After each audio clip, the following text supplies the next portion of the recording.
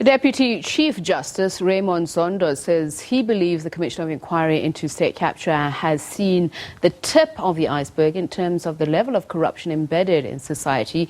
Zondo briefed the media in Parktown, Johannesburg on the extension of the lifespan of the Commission. SABC News reporter Manqoba Mchunu was there. He joins us now. So, Manqoba, interesting use of words that the Chief Justice uses, that it would be a disaster should the Commission not be granted the extension. What exactly qualifies as a disaster, and why would it be? Well, of course, Tsepiso's argument is the fact that, he believes that at this current juncture, he has not yet concluded hearing all the relevant evidence that is under the terms of reference of the Commission. And of course, you recall that there were several of those in the terms of reference, one of them, of course, looking into the relationship of the Guptas and the President, and whether the Guptas had unduly benefited from, sort of business from government entities, state-owned enterprises and government departments, and whether any of the national members of the executive were actually told by the Guptas about their appointments. Those are some of the terms of reference. So he says that since the inception of the State Capture Commission, in fact, those terms of reference have widened, in fact, have opened a room for more evidence to be heard. He had, of course, predicted at the time that the Commission will take 6 months, but you recall that they had to ask for another extension for another 6 months, and that was supposed to end by the end of next month in February. So he says now that due to what has been coming up and the evidence that has been unearthed by some of these investigators, they've seen the need for that commission to be extended by a further a few months, 11 months, so to speak, Tsepiso, and he believes that by the end of that 11 months, he'll be finished with doing his work. Of course, there's still some challenges in getting some of the key witnesses, among them the former President Jacob Zuma, who is the key witness and, in fact, one of the most implicated witnesses here at State Capture. So those are some of the predicaments that they have to deal with, and therefore he says it will be a disaster if he were to finish this commission without having to hear all the evidence. He says, in fact, it's improbable for him to put together a report whereas he's not finished listening to all the evidence. He also uses a very interesting turn of words as well, saying to justify this, saying that right now in the eyes of the public, they see this as a gossip session. And I'm wondering, is it because that they never anticipated the scope of the work, counting the number of witnesses, 150, about 27,000 of pages in terms of recorded evidence? Is he suggesting that up until that they're able to sew all of that together into something substantive, into something that can be regarded as evidence that can be taken forward, then the Commission would have wasted time and money?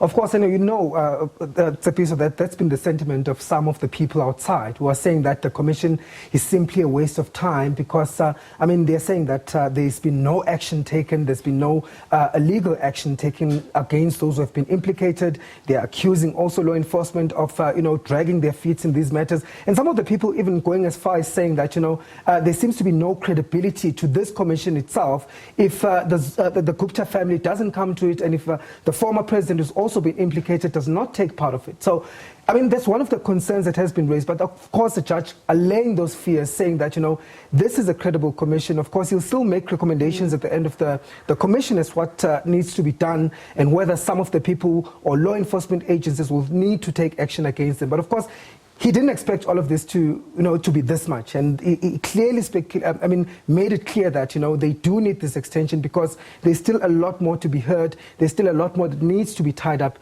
in so far as evidence is concerned. So, what process will now unfold, Manqoba? And was he specific about the length of time which the Commission needs, and whether or not this would be the last extension?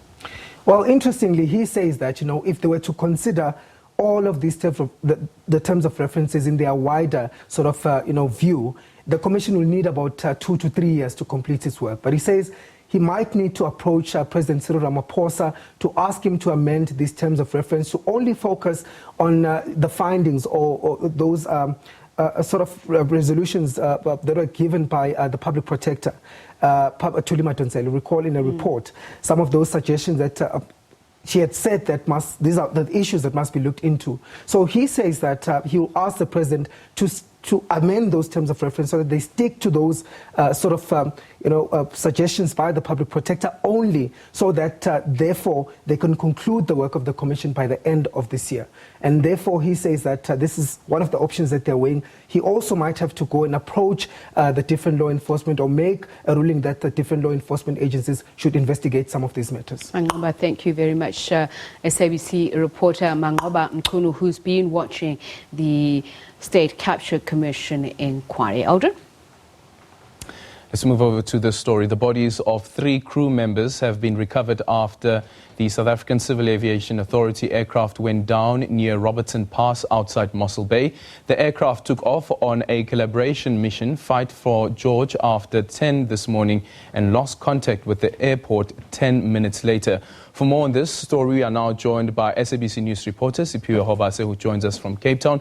Good evening and welcome to The Full View. What do we know about this particular crash? Good evening, Aldrin, and our viewers at home. What we know is that this plane took off from George Airport at 20 to 11 this morning. And then 10 minutes after the flight, it disappeared off the radar.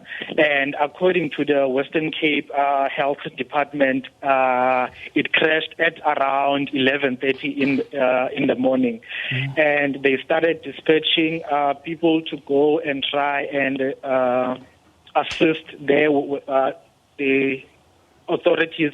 But however, at 2 o'clock, that's when they actually found the bodies, and those bodies have been retrieved now from the aircraft, and they have been taken to the morgue, and then currently now the scene has been cleared until tomorrow. That's when our personnel are going to go back, and I presume that it will be to try and assess how will they get the wreckage out of that mountainous terrain. As you've mentioned, this happened on the Robertson Pass. This is the pass that connects Mossel Bay to Oudtshoorn. It's quite a mountainous terrain, so it must be difficult from there for them to actually get in there. We actually saw there was 2 helicopters on the scene, one from SNDF and another one from SkyMed, that were assisting with this whole search and rescue mission. But we know that eventually turned now into a recovery of the bodies, which have since been recovered. Aldrin? From the preliminary investigations and from the information that's currently available, do we know what led to this crash? Unfortunately, not at this stage, but we do know that the Civil Aviation Authority has indicated that it will hold a press conference tomorrow up in Johannesburg. Perhaps that is when they will actually be able to share some more details or shed some more light into this accident. We've also tried to actually get hold of other personnel, like the police and stuff. And unfortunately, we haven't been able to reach them to find out exactly what might have caused this. So perhaps now our only hope would be that press conference that will be called by the Civil Aviation Authority tomorrow in Johannesburg. Sipiwe, do you know by any chance whether any of the family members of these 3 crewmen were on the scene? Not. I was at the scene earlier on. I didn't see any family members whatsoever. The only people that were there were emergency personnel from the EMS, the police, ambulance services, and various other, like the police. I didn't see any family members on the scene because they actually stationed just outside a community in Raitenbos where there is a school. That's where there was the incident command center from, and that's where all these vehicles were parked. There were no family members that I could see inside. Did you, by any chance, see the wreckage itself? Can you tell us if you did see the wreckage and whether or not it could have burst into flames? Unfortunately not, Aldrin. As I'm saying that this is quite a mountainous terrain.